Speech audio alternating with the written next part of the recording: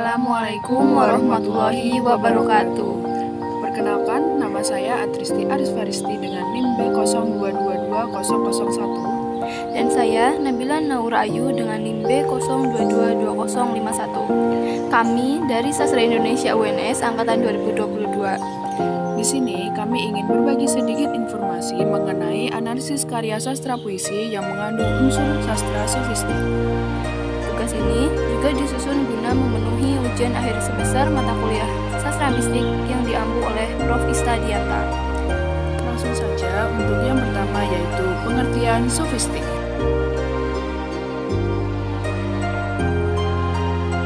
Yang pertama yaitu pengertian sofistik. Menurut KPPI, sofistik merupakan sesuatu yang bersifat atau peradilan sufi berkaitan dengan ilmu tasawuf. Ilmu tasawuf sendiri merupakan bagian dari perkembangan ajaran Islam dari para sufi. Selanjutnya yaitu pengertian karya sastra. Sastra merupakan salah satu bentuk ekspresi manusia dalam menyikapi realitas kehidupan dengan menggunakan bahasa simbol, khususnya terjadi pada puisi, sajak, syair, novel, dan yang lainnya. Sastra memiliki fungsi untuk menunjukkan kebenaran dan keadilan, juga memperjuangkan nilai-nilai Islam tanpa harus kehilangan nilai dan estetikanya. Karya sastra merupakan proses kreativitas seseorang yang kehadirannya tidak dapat dilepaskan dari realitas kehidupan masyarakat. Karya sastra hadir bukan hanya sebagai sebuah hiburan, tetapi juga membawa pencerahan dan sarana pembangunan jiwa. Nilai-nilai yang berisi dalam sebuah karya sastra juga terkait dengan nilai-nilai kehidupan dan keagamaan masyarakat. Poin berikutnya yaitu perbedaan sastra sofistik dan sastra profetik. Nah, apa sih sastra profetik itu?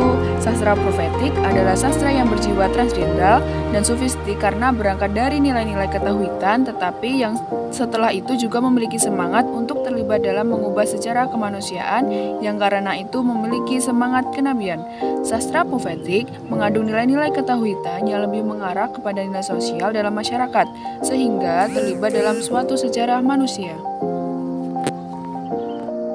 Sastra sofistik. Sastra sofistik adalah ragam karya sastra yang mendapat pengaruh kuat dari sastra sufi atau sastra tasawuf, termasuk sistem pencitraan, penggunaan lambang, dan metafora. Menurut HDWM 1999, dalam sastra sofistik terkandung nilai-nilai kuat dari tasawuf yang berkaitan langsung antara sastrawan dengan Tuhan. Karya sastra yang mengandung nilai tasawuf dianggap sebagai karya sastra sofistik, meskipun pengarangnya bukanlah seorang sufi. Dari kedua penjelasan tersebut, dapat disimpulkan bahwa perbedaan antara sastra profetik dan sastra sofistik terdapat pada nilai-nilai yang dimunculkan dalam suatu karya sastra. Sastra profetik mengandung nilai-nilai ketauhidan yang lebih mengarah kepada nilai sosial dalam masyarakat sehingga terlibat dalam suatu sejarah manusia. Sedangkan sastra sofistik terkandung nilai-nilai kuat dari tasawuf yang berkaitan langsung antara sastrawan dengan Tuhan. Karya sastra yang mengandung nilai tasawuf dianggap sebagai karya sastra sofistik, meskipun pengarangnya bukanlah seorang sufi. Ciri karya sastra yang mengandung unsur sofistik. Yang pertama yaitu karya sastra yang sudah mulai berkembang di kalangan para sufi, kemudian karya sastra tersebut ditulis oleh kaum sufi. Yang kedua, karya sastra yang di dalamnya mengandung tema yang berisi renungan-renungan yang secara tidak langsung di dalamnya mengandung ungkapan cinta dan kerinduan, adanya keinginan untuk menyatu dengan Tuhan ataupun ungkapan kemanunggalan dengan Tuhan. Yang ketiga, semua karya sastra memiliki tema, ajaran, pandangan, dan konsep tasawuf, maka karya sastra tersebut termasuk ke dalam jenis karya sastra yang mengandung unsur sofistik. Selanjutnya, ciri-ciri umum karya sastra sofistik. Pertama, karya sastra mengamati dan merenungkan gejala-gejala kehidupan dan tanda-tandanya pada alam semesta, sehingga menemukan kesadaran bahwa sesungguhnya hidup di dunia adalah fana. Kedua, dari kesadaran akan kefanaan hidup itu, sampailah kesadaran manusia pada maut, bahwa semua manusia, bahkan semua kehidupan di alam semesta akan sampai pada maut. Semuanya akan mati dan musnah kecuali Tuhan. Ketiga, dari kesadaran akan maut itu, tumbuh kesadaran bahwa manusia harus menumbuhkan rasa cinta kepada Tuhan dalam dirinya. Karena dengan mencintai Tuhanlah, manusia bisa mendapatkan balasan cinta dari Tuhan untuk kemudian hidup kekal dalam cinta Tuhan setelah maut merengutnya. keempat, dari kesadaran bahwa hanya dengan hidup api cinta di sisi Tuhan, manusia bisa mendapatkan kekekalan. Maka, lahirlah kerinduan-kerinduan untuk manunggal dengan Tuhan, bukan hanya di akhirat kelak, tapi juga dalam kehidupan dunia. Manusia berjuang dengan berbagai praktek kepribadian. Dari sini pula kemudian timbul berbagai konsep manunggalan manusia dengan Tuhan. Dalam puisi-puisi sofistik, keselarasan antara pengalaman dan transenden dan imanen, antara kekal dan yang fana.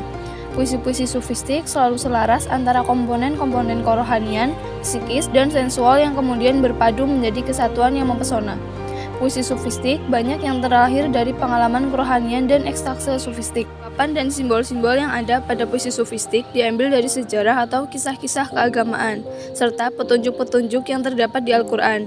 Simbol ini sekaligus menjadi bentuk ungkapan pengamalan keagamaan dan gagasan tasawuf, pandangan dan tanggapan terhadap kehidupan sosial, moral, keagamaan, dan pandangan metafisik, serta keyakinan Tuhan sebagai suatu yang transenden dan sekaligus imanen. Ini adalah contoh puisi sofistik. Puisi yang kami ambil adalah dari sajak karya Abdul Hadi WM yang berjudul Tuhan, Kita Begitu Dekat. Puisi yang berjudul Tuhan, Kita Begitu Dekat, karya Abdul Hadi WM, memiliki makna yang dalam. Penyair dan Tuhan menginginkan adanya terjalin komunikasi yang erat, sehingga pembaca juga ikut merasakan kedekatannya dengan Tuhan. Sang penyair juga mengungkapkan bahwa kedekatan dengan Tuhan tidak dapat dipisahkan. Dari puisi Tuhan Kita Begitu Dekat, mengajarkan kita hendaknya selalu menebalkan rasa keimanan kepada Tuhan. Kedekatan antara manusia dengan Tuhan dapat terjalin dengan erat yang didasarkan pada keimanan manusia. Puisi yang berjudul Doa, karya Chairil Anwar merupakan salah satu puisi yang terkenal pada era 1945. Puisi yang berjudul Doa ini mengungkapkan tema religi dan ketuhanan yang begitu kental. Dalam puisi ini, sang penyair juga berusaha menegaskan bahwa jika tak menemukan solusi dalam permasalahan hidup, Tuhan selalu menjadi satu-satunya tempat terbaik untuk kembali pulang. Makna puisi yang berjudul Tuhan, Kita Begitu Dekat, adalah penyair dan Tuhan menginginkan adanya komunikasi yang terjalin erat sehingga pembaca ikut merasakannya. Sang penyair juga menjelaskan bahwa kedekatannya dengan Tuhan tidak dapat dipisahkan. Puisi yang berjudul Doa, karya Chairil Anwar memiliki makna bahwa sang penyair ingin mengingatkan kepada pembaca melalui salah satu kalimat pada puisi tersebut, yaitu penggambaran di negeri asing, sebuah perumpamaan yang mengingatkan kita bahwa pada hakikatnya hidup ini hanyalah sebuah perjalanan, dan suatu saat kita akan kembali ke tempat kita berasal. Berdasarkan kedua contoh puisi tersebut, dapat disimpulkan bahwa puisi pertama yang berjudul Tuhan, Kita Begitu Dekat, karya Abdul Hadi WM, dan puisi kedua yang berjudul Doa, karya Chairil Anwar, merupakan puisi yang mengandung unsur sofistik. Hal ini dapat kita lihat dari kedua tema tersebut menggunakan tema religius. Sama halnya yang sudah dijelaskan sebelumnya, bahwa salah satu ciri puisi yang mengandung unsur sofistik merupakan puisi yang mengangkat tema kereligiusasan. Sastra sofistik lebih memilih puisi sebagai alat untuk mengekspresikan diri karena puisi memiliki peranan yang sentral dan sangat penting sebagai sarana penyampaian ajaran-ajaran dan berbagai konsep tasawuf. Di samping itu, puisi merupakan sarana zikir yang cukup penting, yaitu melalui lirik-lirik alam yang menggambarkan proses penghayatan kaum sufi terhadap hakikat kehidupan, kefanaan, dan kekekalan untuk memahami kebesaran Allah. Puisi dijadikan sebagai media ekspresi bagi pengalaman kerohanian dan religius. Puisi memiliki beberapa keuntungan. Puisi memiliki ikatan dengan pengalaman batin yang sangat dalam. Puisi memainkan peranan sentral, khususnya dalam menyampaikan ajaran-ajaran yang tidak bisa disampaikan secara deskriptif. Selain itu, puisi memiliki kemungkinan yang tidak terbatas dalam menciptakan hubungan baru antara gagasan-gagasan keagamaan dan keduniawian yang berkaitan dengan imaji-imaji profan dan sakral, serta dunia lahir dan batin, antara rohani dan jasmani. Adanya penciptaan baru inilah yang menjadikan perpaduan yang selaras sesuai pula dengan ajaran inti dari Al-Quran. Nah, itu tadi sedikit informasi yang dapat kami sampaikan. Semoga dapat bermanfaat bagi kita semua. Terima kasih. Wassalamualaikum warahmatullahi wabarakatuh.